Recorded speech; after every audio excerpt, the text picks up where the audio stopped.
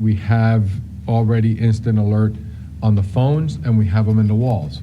This is now on the person for every employee, not just the teacher. It'll allow our staff a quick and easy way to alert us and district leadership that there's an emergency at a campus leadership also that things need to be addressed. And there were multiple staff members who pressed their button, and there was an immediate response, and the quickness, the rapidity of the response is something that made me feel much safer. And I'm glad to have this device on me now.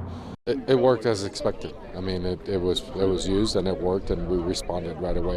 It happened after school, out in the field, and our police responded as we are trained to do. So, from a parent's perspective, it's a visible symbol. The school is committed to making investments to keep their kids safe while they're with us. I'm convinced that if this particular product were available in some of the most recent high-profile school shootings, it would have made a difference. Those staff members just did not have a reliable solution. The best thing is that any staff member can activate a lockdown. It's a huge deal. Typically, back in several years ago, it'd be your front office lady have to get on the PA system, the phone, activate a lockdown. What happens if the threat initiates there? Now nobody can call a lockdown.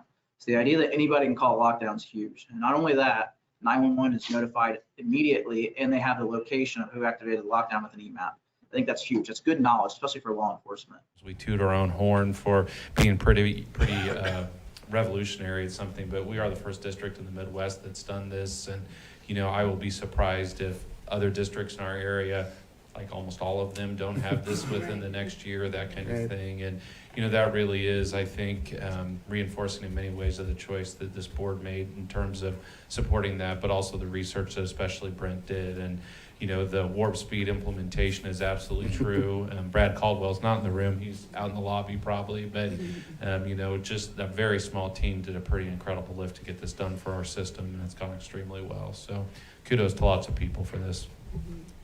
I would always have teachers complaining that I would call for an administrator and they didn't show up. Or I would call for an administrator and it would be an hour later. And so I was able to, number one, lock down my school. Number two, know exactly where the crisis was going to occur. And those on the outside wouldn't know, other than law enforcement, because the technology allows us to share it with my police department, who have our own police department, and the local sheriff's department. Part of the Parkland Commission was something that came out of called Alyssa's Law, and you saw that referenced on the PowerPoint. Alyssa's Law is you have to have an opportunity to call.